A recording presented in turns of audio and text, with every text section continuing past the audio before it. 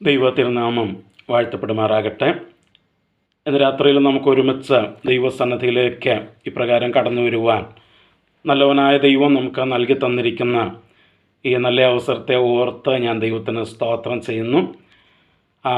ഈ സോഷ്യൽ മീഡിയയുടെ വിവിധ പ്ലാറ്റ്ഫോമുകളിൽ ഈ ക്ലാസ്സുകളിൽ ശ്രദ്ധിക്കുന്ന എല്ലാ പ്രിയപ്പെട്ടവരെയും ഓർത്ത് കർത്താവിനെ സ്തുതിക്കുകയും എൻ്റെ സ്നേഹവന്ദനങ്ങളെ അറിയിക്കുകയും ചെയ്യുന്നു.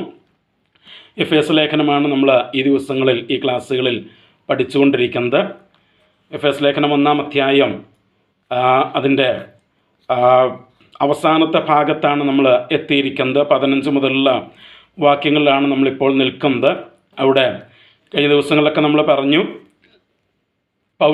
അപ്പോസ്തലനായ പൗലോസ് ആ സഭയെ ഓർത്ത് പ്രാർത്ഥിക്കുന്ന ഒന്നാമത്തെ പ്രാർത്ഥനയാണ് ആ ഭാഗത്ത് രേഖപ്പെടുത്തിയിരിക്കുന്നത്. കഴിഞ്ഞ ആഴ്ച നമ്മൾ അതിനകത്ത് ഒരു വിഷയം നമ്മൾ ചിന്തിച്ചു. നമ്മൾ പറഞ്ഞു 2 വിഷയങ്ങൾക്ക് വേണ്ടിയാണ് അപ്പോസ്തലനായ പൗലോസ് പ്രാർത്ഥിക്കുന്നത് എന്ന് നമ്മൾ പറഞ്ഞു. ഒന്നാമത്തേത് ദൈവം ജ്ഞാനത്തിൻ്റെയും വെളിപ്പാടിൻ്റെയും ആത്മാവിനെ അവർക്ക് കൊടുക്കേണ്ടതിന്, ആ വിഷയത്തെക്കുറിച്ച് കഴിഞ്ഞ ആഴ്ച നമ്മൾ വിശദമായിട്ട് ചിന്തിച്ചു. രണ്ടാമത് താൻ പ്രാർത്ഥിക്കുന്ന ആ വിഷയത്തെക്കുറിച്ചാണ് ഇന്ന് നമ്മൾ ചിന്തിക്കുവാനായിട്ട് പോകുന്നത്.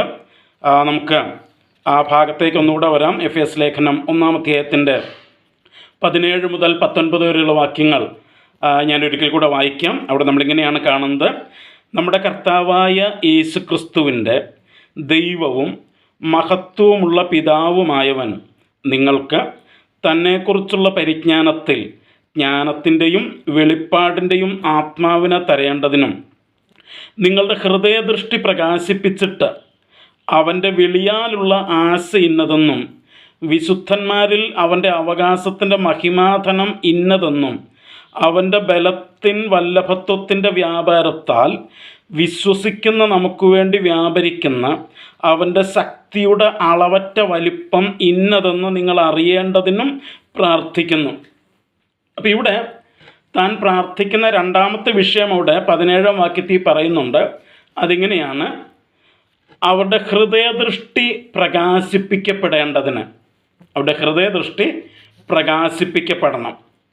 ആ ഹൃദയദൃഷ്ടി പ്രകാശിപ്പിക്കപ്പെടുമ്പോൾ എന്ത് സംഭവിക്കുന്നു എന്നാണ് 18-19 വാക്യങ്ങളിൽ അപ്പോസ്തലൻ അവിടെ രേഖപ്പെടുത്തിയിരിക്കുന്നത്. നമ്മളതിലേക്ക് വരും. അപ്പം താൻ പ്രാർത്ഥിക്കുന്ന രണ്ടാമത്തെ വിഷയം ഇതാണ്: അവരുടെ ഹൃദയദൃഷ്ടി ദൈവം പ്രകാശിപ്പിക്കണം. അപ്പം ആദ്യത്തെ വിഷയം നമ്മൾ പറഞ്ഞു, ദൈവത്തെക്കുറിച്ച് അറിയത്തക്ക രീതിയിൽ, ദൈവത്തെക്കുറിച്ച് മനസ്സിലാക്കത്തക്ക രീതിയിൽ ജ്ഞാനത്തിൻ്റെയും വെളിപ്പാടിൻ്റെയും ആത്മാവിനെ അവർക്ക് ദൈവം കൊടുക്കേണ്ടതിനായിട്ടാണ് താൻ ആദ്യത്തെ വിഷയമായിട്ട് പ്രാർത്ഥിച്ചത്. രണ്ടാമത്തെ വിഷയമായിട്ട് താൻ പ്രാർത്ഥിക്കുന്നത് ദൈവം അവരുടെ ഹൃദയദൃഷ്ടി പ്രകാശിപ്പിക്കേണ്ടതിന്.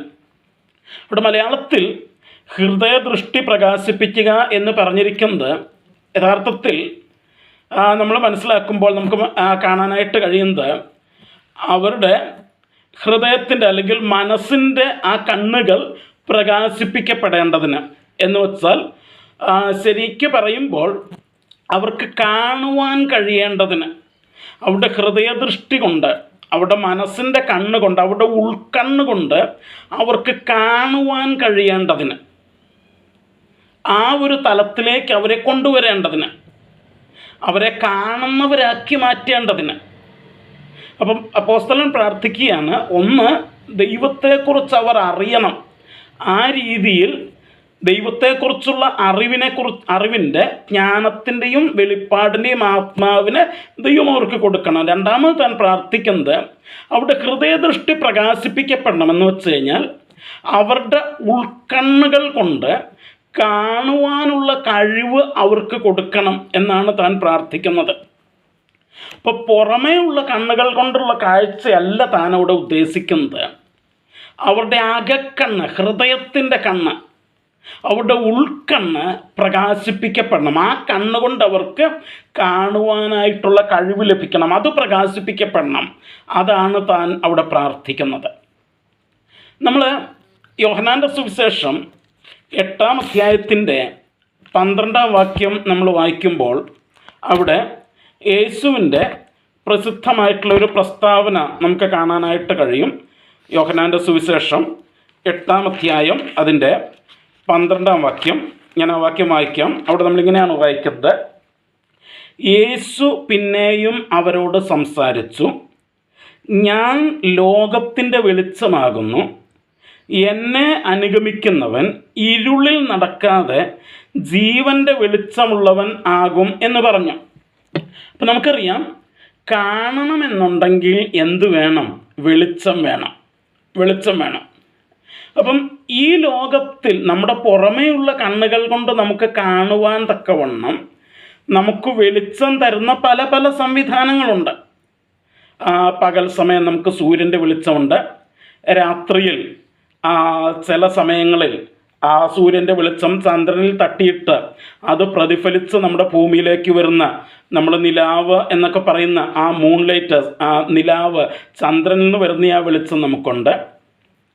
രാത്രിയിൽ നമുക്ക് ഇലക്ട്രിസിറ്റി ബൾബുകൾ, അത്തരത്തിലുള്ള പല സംവിധാനങ്ങൾ നമ്മുടെ പുറമേയുള്ള കണ്ണുകൾക്ക് വെളിച്ചം തരാനായിട്ട് ഉണ്ട്. എന്നാൽ നമ്മുടെ അകത്തെ കണ്ണുകൾ, നമ്മുടെ ഹൃദയത്തിൻ്റെ കണ്ണുകൾ പ്രകാശിപ്പിക്കപ്പെടാനായിട്ട്, അതുകൊണ്ട് കാണാനുള്ള വെളിച്ചം ലഭിക്കാനായിട്ട് ഈ പറയുന്ന ഉപാധികളൊന്നും ഫലപ്രദമല്ല എന്നുള്ളതാണ്.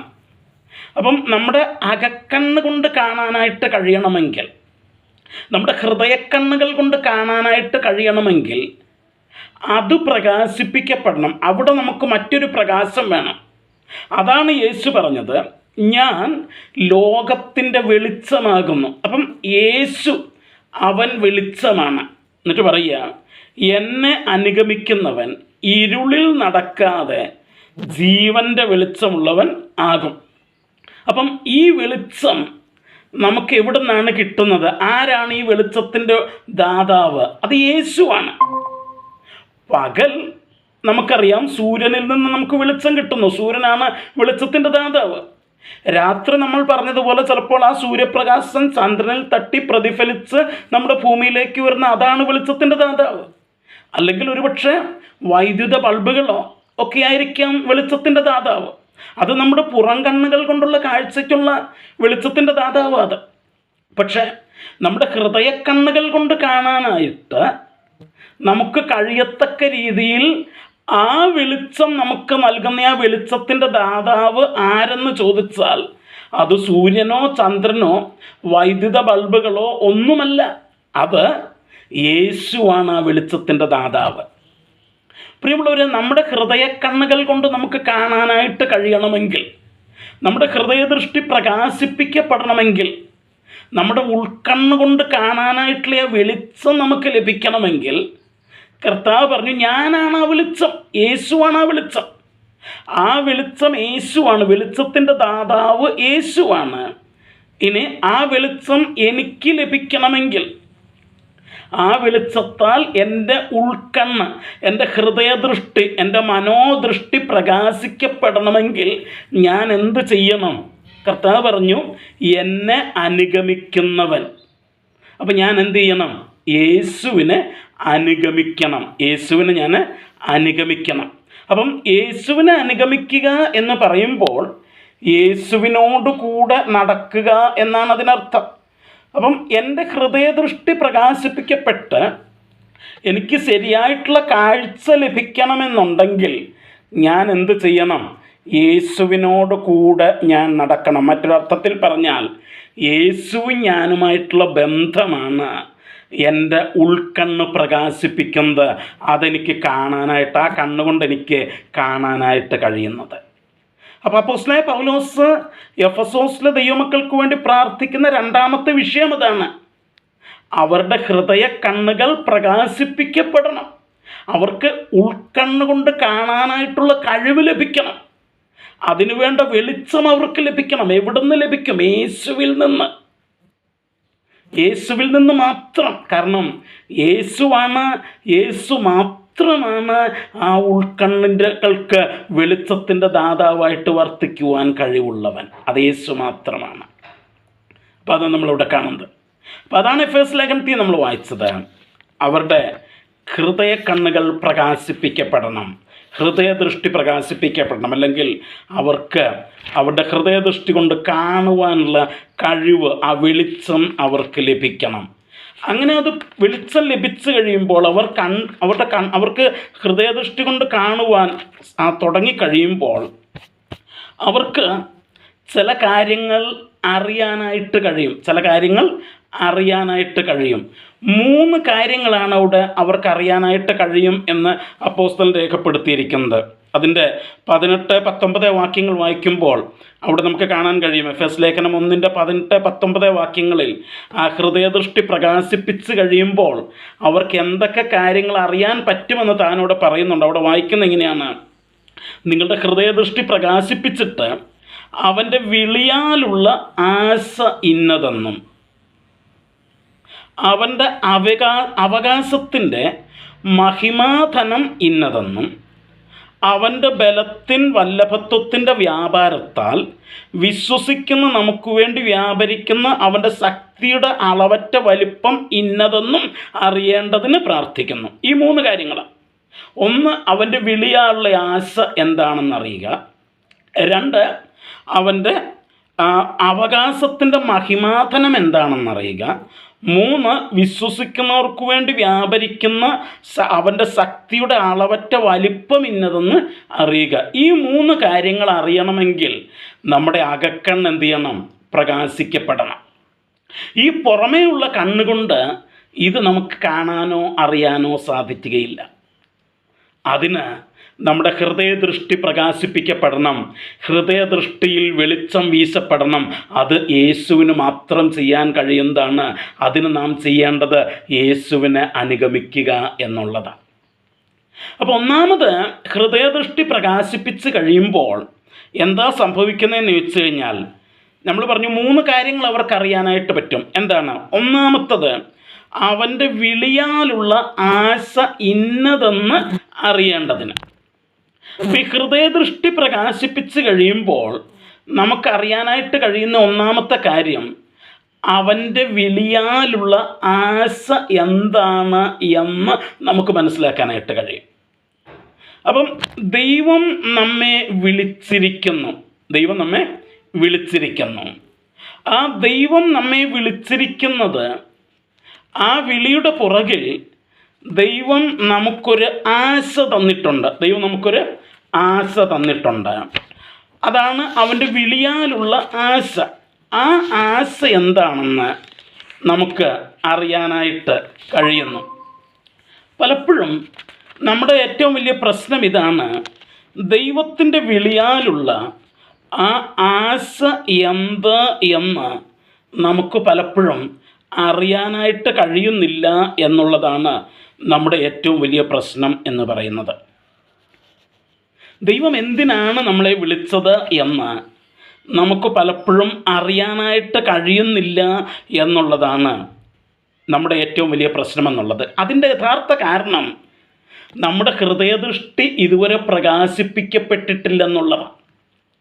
നമ്മുടെ പുറമേയുള്ള ദൃഷ്ടി കൊണ്ടാണ്, നമ്മുടെ പുറമേയുള്ള ആ കണ്ണുകൾ കൊണ്ടാണ് നാം പലപ്പോഴും ഇത് മനസ്സിലാക്കാനായിട്ട് ശ്രമിക്കുന്നത്. ദൈവം എന്തിനാണ് എന്നെ വിളിച്ചത് എന്ന് മനസ്സിലാക്കാനായിട്ട് ശ്രമിക്കുന്നത് നമ്മുടെ പുറമേയുള്ള കണ്ണുകൾ കൊണ്ടാണ്.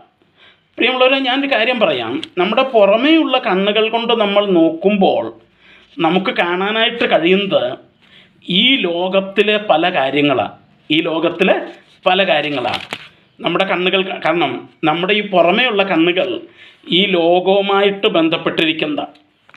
അപ്പോൾ ഈ പുറമേയുള്ള കണ്ണുകൾ കൊണ്ട് നോക്കുമ്പോൾ നമുക്ക് കാണാനായിട്ട് കഴിയുന്നത് ഈ ലോകത്തിൻ്റെ കാര്യങ്ങളാണ്. അതുകൊണ്ടാണ് പലപ്പോഴും പലരും വിശ്വസിക്കുകയും പഠിപ്പിക്കുകയും ഒക്കെ ചെയ്യുന്നത്, ദൈവം നമ്മെ വിളിച്ചതുകൊണ്ട് നമ്മുടെ ആശ എന്താണ്?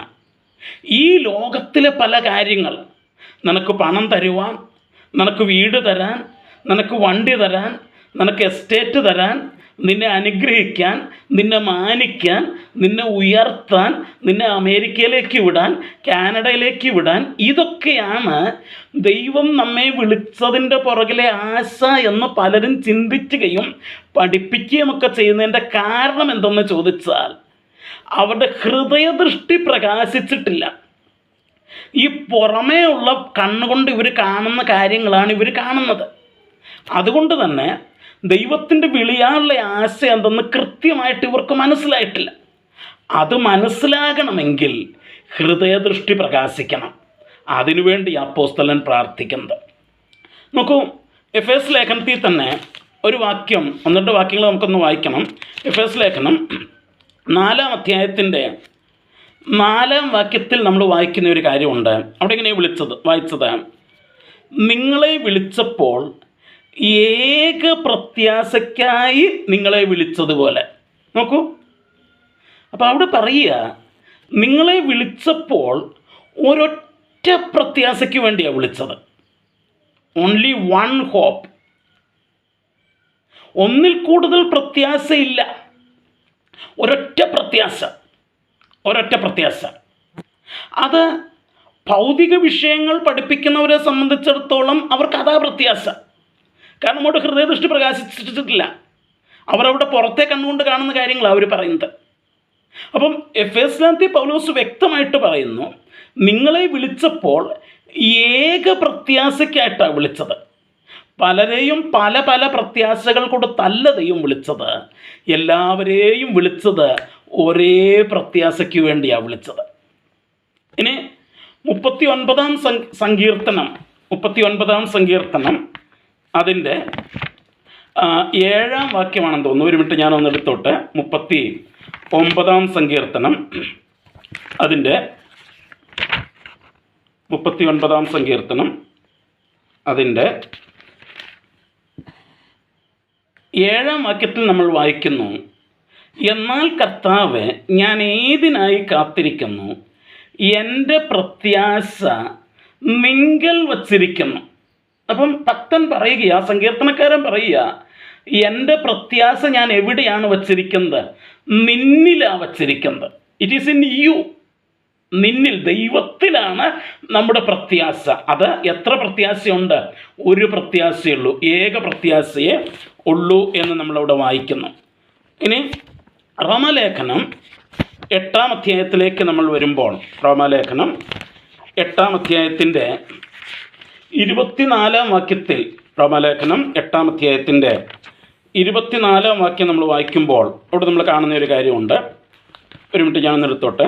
റോമാലേഖനം 8-ാം അധ്യായത്തിൻ്റെ 24-ാമത്തെ വാക്യത്തിൽ നമ്മളിങ്ങനെ വായിക്കുന്നു, പ്രത്യാശയാലല്ലോ നാം രക്ഷിക്കപ്പെട്ടിരിക്കുന്നത്, കാണുന്ന പ്രത്യാശയല്ല.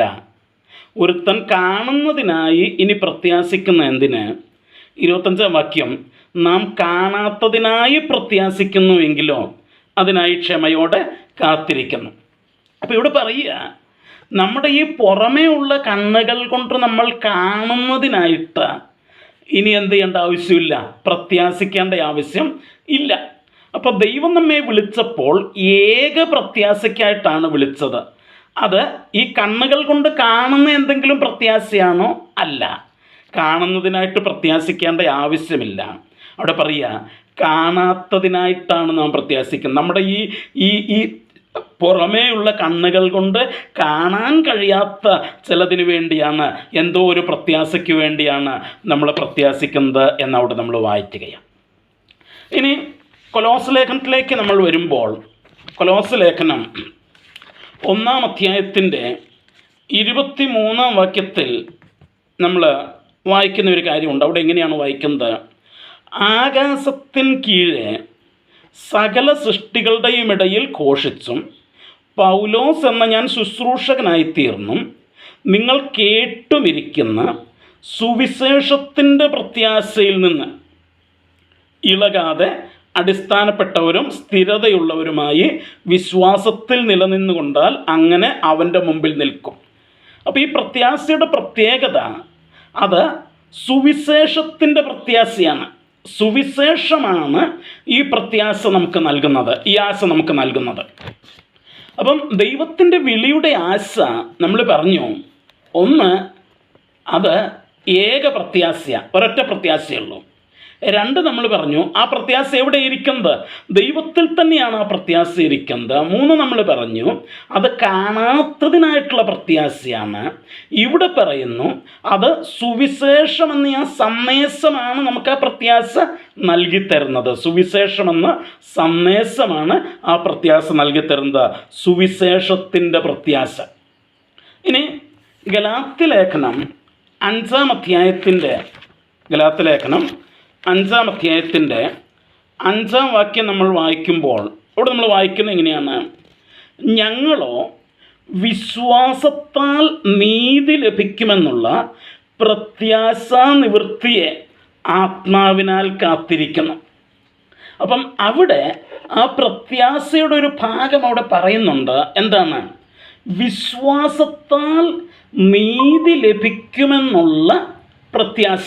വിശ്വാസത്താൽ നീതി ലഭിക്കുമെന്നുള്ള പ്രത്യാശ. നോക്കിക്കേ, അപ്പോൾ പൗലോസ് എന്തിനാണ് കാത്തിരിക്കുന്നത്? വിശ്വാസത്താൽ നീതി ലഭിക്കുമെന്നുള്ള ആ പ്രത്യാശയുടെ നിവൃത്തീകരണത്തിനായിട്ടാണ് താൻ കാത്തിരിക്കുന്നത്. അപ്പോൾ ദൈവത്തിൻ്റെ വിളിയാലുള്ള ആശ എന്ന് പറയുന്നത് എന്താണ്? വിശ്വാസത്താലുള്ള നീതി ലഭിക്കുമെന്നുള്ളത്. നോക്കൂ, പ്രവൃത്തിയാലുള്ള നീതിയല്ല, പ്രവൃത്തിയാലുള്ള നീതിയല്ല, യേശുവിലുള്ള വിശ്വാസത്താൽ ലഭിക്കുന്ന നീതി. നമ്മൾ 2-ാം അധ്യായത്തിലേക്ക് വരുമ്പോൾ ഈ കാര്യം വളരെ വിശദമായിട്ട് നമ്മൾ പഠിക്കും. അതുകൊണ്ട് ഞാനിവിടെ അത് ജസ്റ്റ് ഒന്ന് ടച്ച് ചെയ്ത് വിടുന്നേ ഉള്ളൂ. 2-ാം അധ്യായത്തിൽ നമ്മൾ പഠിക്കാനായിട്ട് പോകുന്ന ഏറ്റവും പ്രധാനപ്പെട്ട ഭാഗങ്ങളിലൊന്ന് ഈ വിശ്വാസത്താലുള്ള നീതിയാണ്. ഓക്കെ, അപ്പം അവിടെ പൗലോസ് ഗലാത്യലേഖനം 5-ാം അധ്യായത്തിൻ്റെ 5-ാം വാക്യത്തിൽ പറയാം, വിശ്വാസത്താൽ നീതി ലഭിക്കുമെന്നുള്ള പ്രത്യാശ. അതാണ് സുവിശേഷത്തിൻ്റെ പ്രത്യാശ. അപ്പോൾ സുവിശേഷം നമ്മളോട് പറയുന്നത് എന്താണ്? വിശ്വാസത്താൽ നിനക്ക് നീതി ലഭിക്കും. ആരുടെ നീതി? ക്രിസ്തുവിൻ്റെ നീതി, നമ്മുടെ നീതിയല്ല. ക്രിസ്തുവിൻ്റെ നീതി വിശ്വാസത്താൽ നമുക്ക് ലഭിക്കുമെന്നുള്ളതാണ് നമ്മുടെ പ്രത്യാശ എന്ന് പറയുന്നത്. ഇനി തീത്തോസിൻ്റെ ലേഖനം 1-ാം അധ്യായത്തിൻ്റെ 2-ാം വാക്യം നമ്മൾ വായിക്കുമ്പോൾ, തീത്തോസിൻ്റെ ലേഖനം 1-ാം അധ്യായത്തിൻ്റെ 2-ാം വാക്യം നമ്മൾ വായിക്കുമ്പോൾ അവിടെ നമ്മൾ വായിക്കുന്നു, സകല കാലത്തിനു മുമ്പേ വാഗ്ദത്തം ചെയ്ത നിത്യജീവൻ്റെ പ്രത്യാശ ഹേതുവായി. അപ്പം അവിടെ എന്താണ് പ്രത്യാശ? നിത്യജീവൻ്റെ പ്രത്യാശ. അപ്പം നമുക്ക് എന്ത് ലഭിക്കുമെന്നാണ് നമ്മുടെ പ്രത്യാശ? ഗലാത്യലേഖനത്തിൽ പറഞ്ഞു വിശ്വാസത്താൽ നീതി ലഭിക്കുമെന്നുള്ള പ്രത്യാശ. ആ നീതി ലഭിക്കുന്നതിലൂടെ നമുക്കെന്ത് ലഭിക്കും? നിത്യജീവൻ ലഭിക്കുമെന്നുള്ള പ്രത്യാശ. നോക്കൂ, ഇത് ഹൃദയദൃഷ്ടി പ്രകാശിച്ചാലേ നമുക്ക് മനസ്സിലാക്കാനായിട്ട് കഴിയൂ.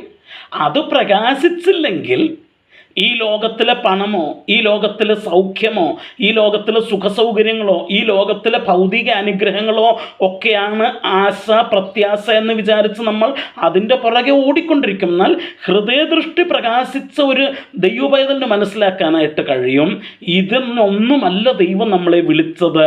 ആ വിളിയാനുള്ള ആശ ഇതൊന്നുമല്ല, അത് വിശ്വാസത്താലുള്ള നീതി ലഭിച്ചിട്ട് നിത്യജീവൻ ലഭിക്കുന്നതാണ് എന്ത്? ആശ എന്നുള്ളത്. ഒരു വാക്യം കൂടെ നമുക്ക് അതോടുള്ള ബന്ധത്തിൽ തന്നെ ഒന്ന് വായിച്ചു നോക്കാം.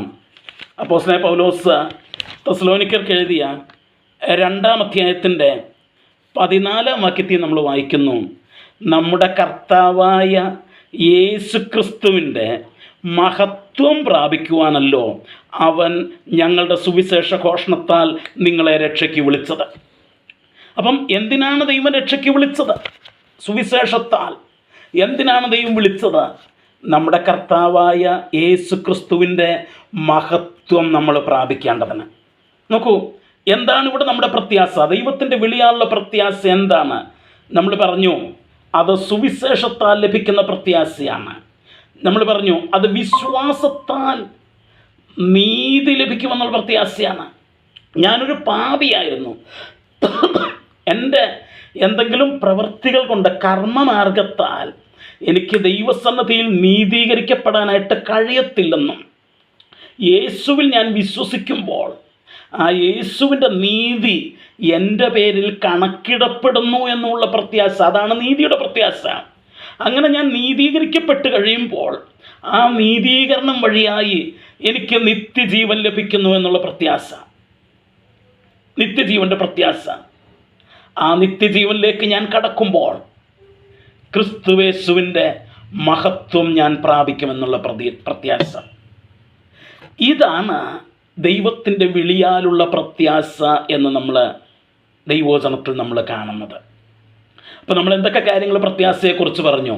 അത് കാണാത്ത കാര്യത്തെക്കുറിച്ചുള്ള പ്രത്യാശയാണ്, കാണുന്നതല്ല. അത് ഹൃദയക്കണ്ണുകൾ കൊണ്ട് നമുക്ക് കാണാൻ പറ്റുന്ന കാര്യമാണ്. ഈ നമ്മുടെ ആക്ഷരികമായിട്ടുള്ള ജഡത്തിൻ്റെ കണ്ണുകൊണ്ട്, നമ്മുടെ ശരീരത്തിൻ്റെ കണ്ണുകൊണ്ട് നമുക്ക് കാണാനായിട്ട് കഴിയില്ല. അത് കാണാത്ത കാര്യത്തിനായിട്ടുള്ള പ്രത്യാശയാണ്. നമ്മൾ പറഞ്ഞു അത് സുവിശേഷത്തിൻ്റെ പ്രത്യാശയാണത്.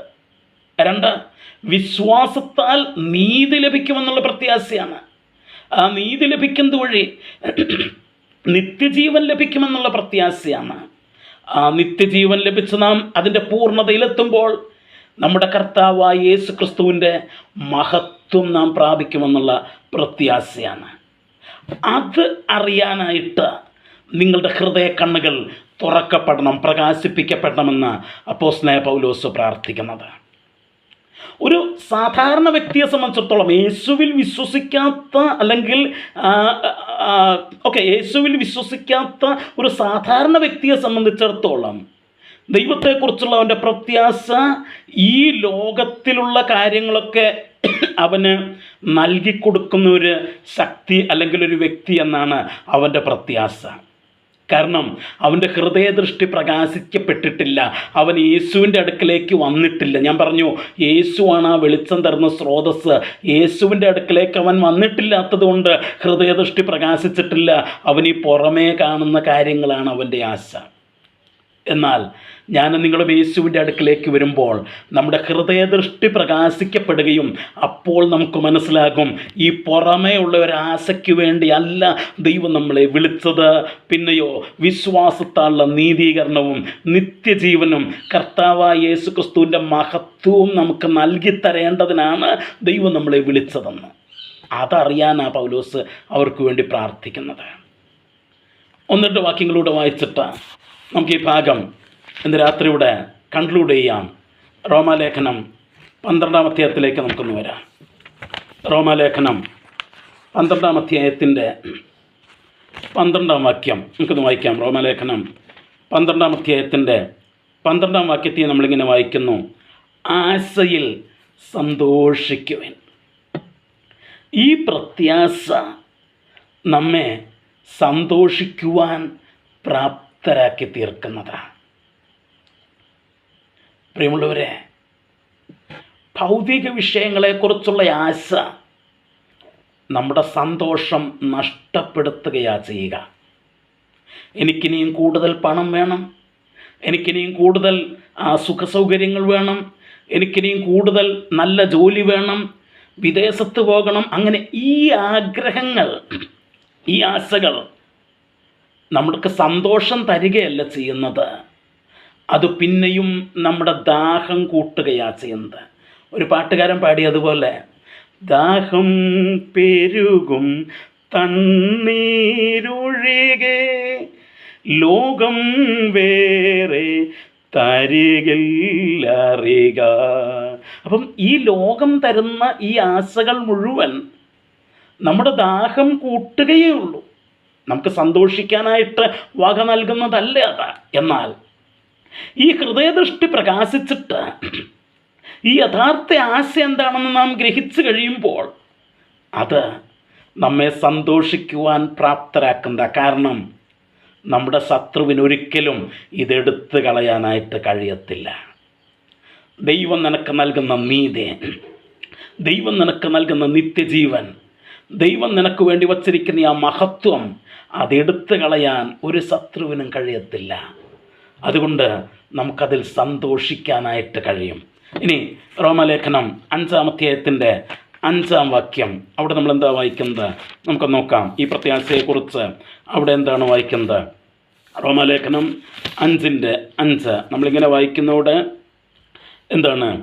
പ്രത്യാശയ്ക്കോ ഭംഗം വരുന്നില്ല. ഇതാ ഞാൻ പറഞ്ഞത്, നമ്മുടെ പ്രത്യാശയ്ക്ക് ഒരിക്കലും ഭംഗം വരികയില്ല. അതൊരിക്കലും ആർക്കും നഷ്ടപ്പെടുത്താനായിട്ട് കഴിയുകയില്ല. കാരണം 39 സങ്കീർത്തനത്തിൽ നമ്മൾ വായിച്ചു, എൻ്റെ പ്രത്യാശ എവിടെയായിരിക്കുന്നത്? ദൈവത്തിങ്കലായിരിക്കുന്നത്, ഈ ലോകത്തിലല്ലാതിരിക്കുന്നത്. അതുകൊണ്ട് ലോകത്തിനത് എടുത്തു കളയാനായിട്ട് കഴിയത്തില്ല. എൻ്റെ പ്രത്യാശ ഇരിക്കുന്നത് എൻ്റെ ദൈവത്തിലാണ്. സങ്കീർത്തനം 39:7 നമ്മൾ നേരത്തെ വായിച്ചു. എൻ്റെ പ്രത്യാശ ഞാൻ നിങ്കൽ വച്ചിരിക്കുന്ന. പ്രിയമുള്ളവരെ, ദൈവത്തിൽ വച്ചിരിക്കുന്ന ഒരു പ്രത്യാശ എടുത്തു കളയാനായിട്ട് ഈ ലോകത്തിന് കഴിയത്തില്ല. അതുകൊണ്ടാണ് റോമാലേഖനം 5:5 നമ്മൾ വായിച്ചത്, പ്രത്യാശയ്ക്കോ ഭംഗം വരുന്നില്ല. ഇനി ഒരു വാക്യം കൂടെ വായിക്കാം. എബ്രായ ലേഖനം അതിൻ്റെ 6-ാം അധ്യായം. എബ്രായ ലേഖനം 6-ാം അധ്യായം അതിൻ്റെ 19-ാം വാക്യം. എബ്രായ ലേഖനം 6-ാം അധ്യായത്തിൻ്റെ 19-ാം വാക്യം. അവിടെ നമ്മൾ വായിക്കുന്നു, ആ പ്രത്യാശ നമുക്ക് ആത്മാവിൻ്റെ ഒരു നങ്കൂരം തന്നെ. എന്താ നങ്കൂരം എന്ന് പറഞ്ഞാൽ? നമുക്കറിയാം, നങ്കൂരം എന്ന് പറഞ്ഞാൽ ഒരു കപ്പൽ തുറമുഖത്ത് അടുത്ത് കഴിയുമ്പോൾ നമുക്കറിയാം, ഈ കരയോട് ചേർന്നുള്ള കടലിൻ്റെ ഭാഗത്ത് തിരമാല ശക്തമായിട്ടുണ്ടാകും. അപ്പോൾ ഈ തിരമാല വന്നു കഴിയുമ്പോൾ ഈ തിരമാലയിൽപ്പെട്ട് ഈ കപ്പൽ ഒഴുകി വേറെ എങ്ങോട്ടെങ്കിലും പോകാനായിട്ടുള്ള സാധ്യതയുണ്ട്. അങ്ങനെ ഒഴുകിപ്പോകാതിരിക്കേണ്ടതിന് കപ്പലിനകത്ത് വച്ചിരിക്കുന്ന ഒരു സിസ്റ്റമാണ് ഈ നങ്കൂരം അല്ലെങ്കിൽ ആങ്കർ എന്ന് പറയുന്നത്. അപ്പോൾ അവർ ഈ നങ്കൂരം എടുത്ത് താഴേക്ക് ഇട്ട് കഴിയുമ്പോൾ അത് താഴേക്ക് ചെന്ന് വീണ് ആ മണലിനകത്തേക്ക് അത് പുതഞ്ഞു പോയിട്ട് അത് ഒരു കുറ്റിയടിച്ച് കെട്ടിയതുപോലെ ആ കപ്പലിനെ അവിടെ പിടിച്ചു നിർത്തും. അത് ഒഴുകിപ്പോകാതിരിക്കേണ്ടതിന് അത് സ്ഥിരമായിട്ട് അവിടെ നിൽക്കും. ഈ പ്രത്യാശ നമുക്കൊരു നങ്കൂരമാണ്. പ്രിയമുള്ളവരെ, ക്രിസ്തീയ ജീവിതത്തിൽ നിലനിൽക്കാനായിട്ട് നമ്മെ സഹായിക്കുന്നത് ഈ പ്രത്യാശയാണ്. ഞാനൊരു കാര്യം പറയാം, പണം അത് വരും പോകും, നിൻ്റെ വീട് അത് വരും പോകും, നിൻ്റെ ജീവിതത്തിലുള്ള സകല ഭൗതിക നന്മകളെന്ന് നീ പറയുന്നതും വരും പോകും. അത് നിൻ്റെ കൂടെ നിലനിൽക്കത്തില്ല. വരുമ്പോൾ സന്തോഷമുണ്ടായിരിക്കും, എന്നാൽ പോകുമ്പോൾ ചോദ്യങ്ങൾ പലതും നിൻ്റെ മനസ്സിനകത്തേക്ക് വരും. എന്നാൽ അതിന് നിന്നെ വിശ്വാസത്തിൽ പിടിച്ചു നിർത്താനായിട്ട് കഴിയത്തില്ല. എന്നാൽ ആ വിശ്വാസത്തിൽ നിന്നെ പിടിച്ചു നിർത്താൻ കഴിയുന്നത് ഈ പ്രത്യാശയുടെ നങ്കൂരത്തിനാണ്. ഞാനിപ്പോഴും ഓർക്കുന്നുണ്ട്, എൻ്റെ ഒരു പ്രിയ സുഹൃത്ത്, അദ്ദേഹം പോലീസ് ഡിപ്പാർട്ട്മെൻറ്റിൽ വർക്ക് ചെയ്ത് റിട്ടയറായ ഒരാളാണ്. CI ആയിട്ടെങ്ങാണ്ട് റിട്ടയർ ചെയ്ത ഒരാളാണ്. അദ്ദേഹം നേരത്തെ ഒരു ചർച്ചിൽ കൂടിയിരുന്നു. ഇപ്പം അദ്ദേഹം TPM ചർച്ചിലാണ് കൂടുന്നത്. ഏകദേശം 1.5 വർഷത്തിന് മുമ്പ് ഞാനൊരു അദ്ദേഹത്തെ വഴിയിൽ വെച്ച് കണ്ടപ്പോൾ, വല്ലപ്പോഴും ഞങ്ങൾ കാണാറുള്ളൂ, വഴിയിൽ വെച്ച് കണ്ടപ്പോൾ അദ്ദേഹം എന്നോട് പറഞ്ഞു, ടോംസേ, ഞാൻ ഈ വിശ്വാസമൊക്കെ വിട്ട് പോയാലോ എന്ന് ആലോചിക്കുക.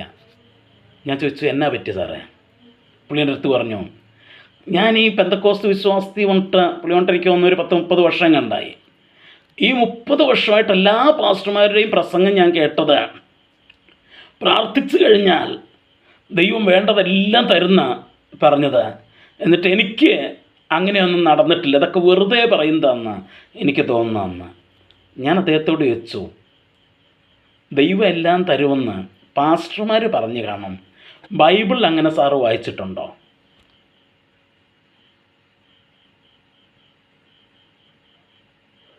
അദ്ദേഹം എൻ്റെ അടുത്ത് പറഞ്ഞു, അതൊരു കാര്യമാണ്, ബൈബിളിൽ ഞാൻ അങ്ങനെ കണ്ടിട്ടില്ല. ഞാൻ പറഞ്ഞു, ബൈബിളിലില്ലാത്ത കാര്യം പാസ്റ്റർമാർ പറഞ്ഞെന്ന് ദൈവത്തിൻ്റെ പേരിൽ വിശ്വസിക്കാൻ താങ്കളോട് ആര് പറഞ്ഞു? നോക്കിക്കേ, ഈ ലോകത്തിലെ പല പ്രത്യാശകളും ജനത്തിൻ്റെ ഉള്ളിലേക്ക് കൊടുത്തു കഴിയുമ്പോൾ അവിടെ വിശ്വാസത്തിൽ അവർക്ക് ഉറച്ചു നിൽക്കാൻ കഴിയാത്ത ഒരു സാഹചര്യത്തിലേക്ക് അവർ മാറ്റപ്പെടുകയാണ് ചെയ്യുന്നത്. എന്നാൽ ഈ പ്രത്യാശ അത് ആത്മാവിൻ്റെ ഒരു നങ്കൂരമാണ്. അപ്പം ഈ നങ്കൂരം നമ്മുടെ ജീവിതത്തിലുണ്ടെങ്കിൽ കാറ്റുകളോ തിരമാലകളോ പ്രശ്നങ്ങളോ കൊടുങ്കാറ്റുകളോ എന്ത് വന്നാലും നമ്മുടെ വിശ്വാസ ജീവിതം തകർന്നു പോകാതെ അതിൻ്റെ പുറകെ ഒഴുകിപ്പോകാതെ സ്ഥിരതയോടെ നിൽക്കാനായിട്ട് നമുക്ക് കഴിയും. എങ്ങനെ? ഈ പ്രത്യാശയുടെ നങ്കൂരം നമ്മുടെ ഉള്ളിലുണ്ടെങ്കിൽ. അപ്പോസ്തലനായ പൗലോസ് എഫെസോസ് സഭയ്ക്ക് വേണ്ടി പ്രാർത്ഥിക്കുമ്പോൾ തൻ്റെ രണ്ടാമത്തെ പ്രാർത്ഥനാ വിഷയം ഇതാണ്: അവരുടെ ഹൃദയദൃഷ്ടി പ്രകാശിപ്പിക്കപ്പെടണം. അവരുടെ അകക്കണ്ണുകൊണ്ട് അവർക്ക് കാണാനായിട്ട് കഴിയണം. അതിനുവേണ്ട വെളിച്ചം അവർക്ക് കിട്ടണം. എവിടുന്ന് കിട്ടും? യേശു പറഞ്ഞു, ഞാൻ ലോകത്തിൻ്റെ വെളിച്ചമാകുന്നു, എന്നെ അനുഗമിക്കുന്നവൻ ജീവൻ്റെ വെളിച്ചമുള്ളവനാകും. യേശുവിനെ അനുഗമിക്കുന്നതിലൂടെ, യേശുവിനോടുകൂടെ നടക്കുന്നതിലൂടെ ആ ഹൃദയ കണ്ണുകൾ തുറന്നാൽ നിങ്ങൾക്ക് എന്ത് കാണാനായിട്ട് കഴിയും? അവൻ്റെ വിളിയുള്ള ആശ എന്താണെന്ന്, the hope of his calling, അവൻ്റെ വിളിയുടെ പ്രത്യാശ എന്താണെന്ന്. എന്താണത്? ഈ കണ്ണുകൊണ്ട് കാണുന്നതൊന്നുമല്ല, കാണാത്തത് വിശ്വാസത്താലുള്ള നീതി, നിത്യജീവൻ, യേശുവിൻ്റെ മഹത്വം. അത് പ്രാപിക്കാനാണ് പ്രിയമുള്ളവരെ ദൈവം നമ്മെ വിളിച്ചിരിക്കുന്നത്. അത് ഒരിക്കലും നഷ്ടപ്പെട്ടു പോകത്തില്ല, ഒരിക്കലും നഷ്ടപ്പെട്ടു പോകത്തില്ല. അത് ഒരിക്കലും നഷ്ടപ്പെട്ടു പോകത്തില്ല. അത് പ്രത്യാശയുടെ ഒരു നങ്കൂരമാണ്. അതിനുവേണ്ടിയാണ് അപ്പോസ്തലൻ പ്രാർത്ഥിക്കുന്നത്. പ്രിയമുള്ളവരെ, നമുക്ക് ദൈവത്തോടൊന്ന് പ്രാർത്ഥിക്കാമോ? ദൈവമേ, എൻ്റെ ഹൃദയ കണ്ണുകൾക്ക് അവിടുന്ന് വെളിച്ചം നൽകണമേ. ആ യേശു നൽകുന്ന വെളിച്ചം, അതിലൂടെ നീ എന്നെ എന്തിനു വിളിച്ചു എന്ന് കൃത്യമായ ആശ എന്തെന്ന് മനസ്സിലാക്കുവാൻ നീ എന്നെ സഹായിക്കണമേ എന്ന് നമുക്ക് പ്രാർത്ഥിക്കാം. ദൈവം നമ്മെ അനുഗ്രഹിക്കട്ടെ. God bless you.